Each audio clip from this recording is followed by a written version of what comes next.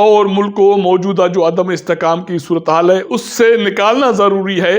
تو اس لیے ضروری ہے کہ انتخابات صاف شفاف ہوں اور ہر اسٹیک ہولڈر کو، ہر امیدوار کو لیول پلینگ فیلڈ ملے اور مساوی اس کو مواقع میسر ہوں، جو ایسا ہوتا ہوا نہیں دکھائی دے رہا. تو اس لیے کرنا کیا چاہیے؟ ان کا یہ کہنا ہے کہ اس کے لیے کرنا تو یہ چاہیے کہ موجودہ چیف الیکشن کمشنر سکندر سلطان راجہ کو گھر بھیجنا چاہیے. نہ صرف یہ مطالبہ ہے کہ یہ جو خامیاں ہیں ان کا نوٹس لیا جائے اور جو کوتاہیاں ہیں ان کو دور کیا جائے، یہ بھی ایک دھمکی بھی ہے اسی اعلامیہ میں، کیونکہ یہ مطالبات سپریم کورٹ آف پاکستان سے کیے گئے ہیں کہ یہ ساری صورتحال کو دیکھے. اس کے علاوہ یہ اس بار کونسل کی طرف سے یہ کہا گیا ہے کہ بہت جلدی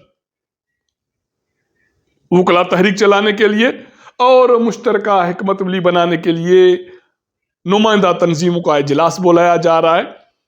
اگر انتخابات کے حوالے سے جو موجودہ خامیاں ختم نہیں ہوتی تو پھر تحریک چلائی جائے گی اور اس کے حوالے سے نمائندہ تنظیمیں ان کا اجلاس ہوگا اور مشاورت کے ساتھ ایک تحریک چلے گی.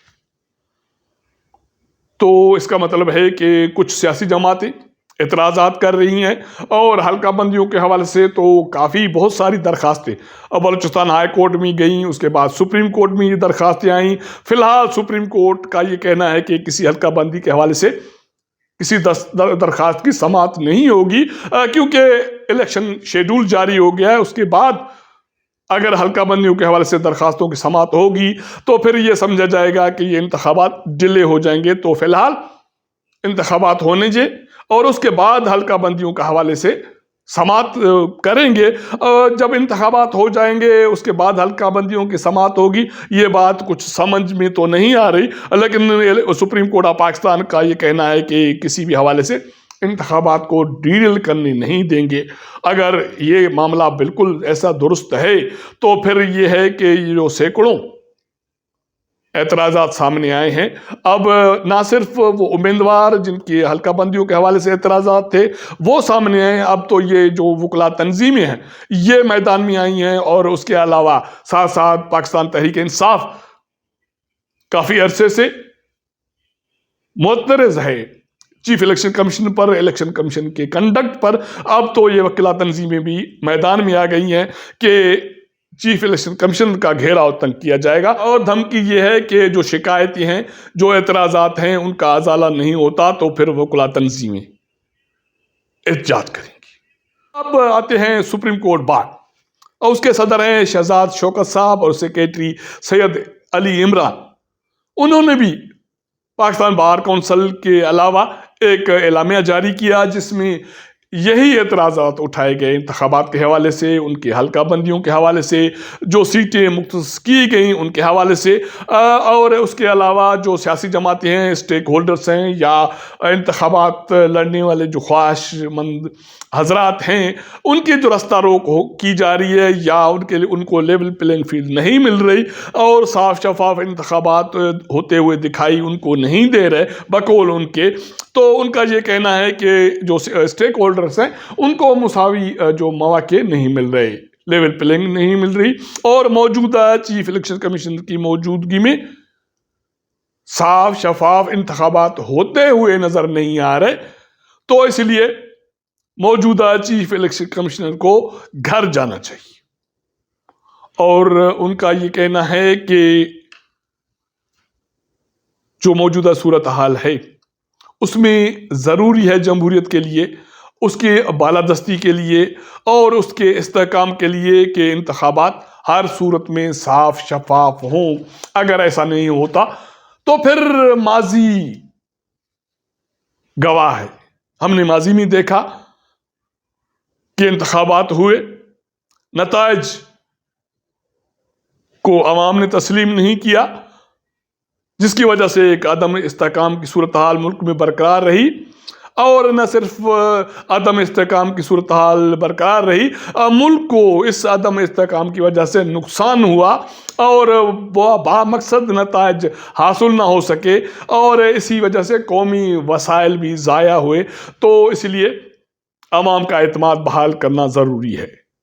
یہ سپریم کورٹ بار والوں کا کہنا ہے اور مطالبہ ہے سپریم کورٹ آف پاکستان سے کہ عوام کا اعتماد بحال کرنا ضروری ہے، جس کے لیے یہ جو خامی ہیں حلقہ بندیوں کے حوالے سے اور جو سیٹ مختص کی گئیں آبادیوں کے بنیاد پر اس کے حوالے سے اور صاف شفاف انتخابات کے حوالے سے اور جو اسٹیک ہولڈرز کو مختلف اعتراضات ہیں، یہ اعتراضات انتخابات سے پہلے ہر صورت میں دور ہونے چاہیے، ورنہ میں نے آپ کو بتا دیا کہ پاکستان بار کونسل کی طرف سے احتجاج کی دھمکی ہے اور بہت جلد جو نمائندہ جماعتیں ہیں ان کے اجلاس بلانے کی دھمکی ہے، اور سپریم کورٹ بار والے بھی یہی مطالبہ کر رہے ہیں کہ موجودہ چیف الیکشن کمشنر کو گھر جانا چاہیے۔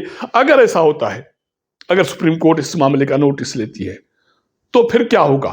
کیونکہ سپریم کورٹ یہ اس عمل کو، حلقہ بندیوں کے عمل کو، ان کے حوالے سے درخواستوں کو تو سائڈ لائن کر چکی۔ اگر اب چیف الیکشن کمشنر پر، اس کے اسحاق پر، اس کے کردار پر اگر سوالات اٹھ گئے اور جو وکلا تنظیمیں ہیں وہ اس پر اعتماد نہیں کر رہی، تحریک انصاف پہلے سے عدم اعتماد کا اظہار کر چکی، چیف الیکشن کمیشن پہ بھی کر چکی، اگر اس طرح کی صورتحال ہوتی ہے تو پھر موجودہ حالات میں یہ کیسے ممکن ہوگا کہ نیا چیف الیکشن کمشنر سلیکٹ ہو، الیکٹ ہو یا نامینیٹ ہو؟ کیونکہ یہ تو اس صورت میں ہو سکتا ہے جب اسمبلی موجود ہو اور اس اسمبلی کے الیکٹڈ وزیر اعظم اور اپوزیشن لیڈر اپنے مشاورت سے یہ عمل مکمل کرتے ہیں۔ اگر وہ دونوں نہیں ہیں اور نگران حکومت ہے، اور نگران حکومت کے دور میں جو وکلا تنظیمیں ہیں وہ بھی چیف الیکشن کمیشن پہ اعتراض کر رہی ہیں، کچھ سیاسی جماعتیں بھی اعتراض کر رہی ہیں، اس سے پہلے تو پاکستان پیپلز پارٹی بھی لیول پلینگ فیلڈ کی بات کر رہی تھی اور اب بھی شاید کر رہی ہے۔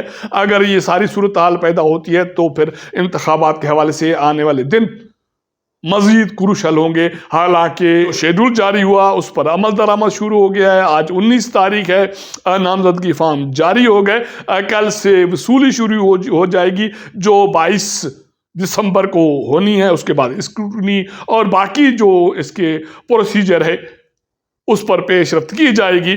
لیکن یہ جو سوالات نئے کھڑے ہو گئے، اس سے الیکشن پر کیا اثرات پڑیں گے، یہ اسی ہفتے صورتحال سامنے آ جائے گی۔ اب تک کے لیے اتنا۔ اگر ہمارا یہ ولاگ آپ کو پسند آئے تو اپنے دوستوں کے ساتھ ضرور شیئر کیجئے گا، اپنا فیڈ بیک دیجئے گا۔ آپ کے ساتھ ملاقات کریں گے اگلے پروگرام میں، تب تک اجازت دیجئے گا۔ اللہ حافظ۔